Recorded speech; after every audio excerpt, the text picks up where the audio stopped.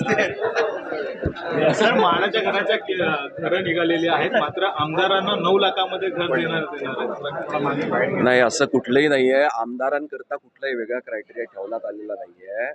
आता कोकण विभागाची लॉटरी त्या ठिकाणी निघालेली आहे आणि सर्वांना घरं ही जी योजना केंद्र सरकारची असो किंवा राज्य शासनाची असो, त्या माध्यमातून जो बाकी लोकांना क्रायटेरिया तोच आमदारांना देखील राहील. मात्र तुम्ही सांगताय सगळ्यांना सेम क्रायटेरिया आहे, मात्र जी जाहिरात आहे आणि या जाहिरातीमध्ये जी 95 घरं आमदारांसाठी आहेत आणि त्या घरांसाठी 9 लाखाची किंमत आहे आणि सर्वसामान्यांना 30 ते 35 लाखांची किंमती आहे. नाही, निश्चितपणे याच्याकरता जे जर का असं माझ्या निदर्शनात तर नाही आलं, पण आपण दिलेल्या माहितीनुसार ही बाब तपासून घेण्यात येईल आणि माननीय मुख्यमंत्री महोदयांना सांगण्यात येईल.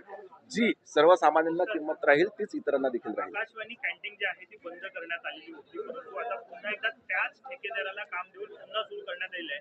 कारण असं देण्यात आलेलं आहे की त्याची गुणवत्ता सुधारण्यासाठी त्याला 8 दिवस दिलेले आहेत. इकडे मोठ्या प्रमाणात विरोध झाला होता आणि पुन्हा त्यालाच काम दिलं. आपण सर्वजण जाणतो की सध्या अधिवेशन या ठिकाणी सुरू आहे. मोठ्या प्रमाणात लोकप्रतिनिधींसोबत इतर देखील अनेक मंडळी, अनेक लोक, पत्रकार असो किंवा इतर वेगवेगळ्या क्षेत्रातले लोक या ठिकाणी येत असतात. त्यांची किमान भोजनाची किंवा इतर अल्पोपहाराची व्यवस्था झाली पाहिजे याच्याकरता सध्या ठेवण्यात ती कॅन्टीन त्या ठिकाणी सुरू ठेवण्यात आली आहे, परंतु त्याच्यावर कार्यवाही निश्चितपणे होणार आहे.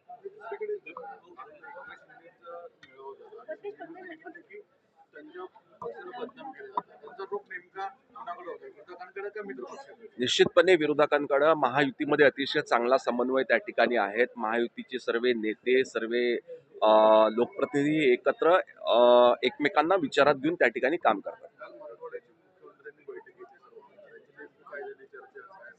नाही, विभागवाईज काही आमदारांची मागणी होती आणि माननीय मुख्यमंत्री महोदयांची देखील तशी संकल्पना होती की विभागवाईज आमदारांच्या बैठका घेऊन त्यांचे प्रश्न, त्या विभागातले प्रश्न समजून घेणे.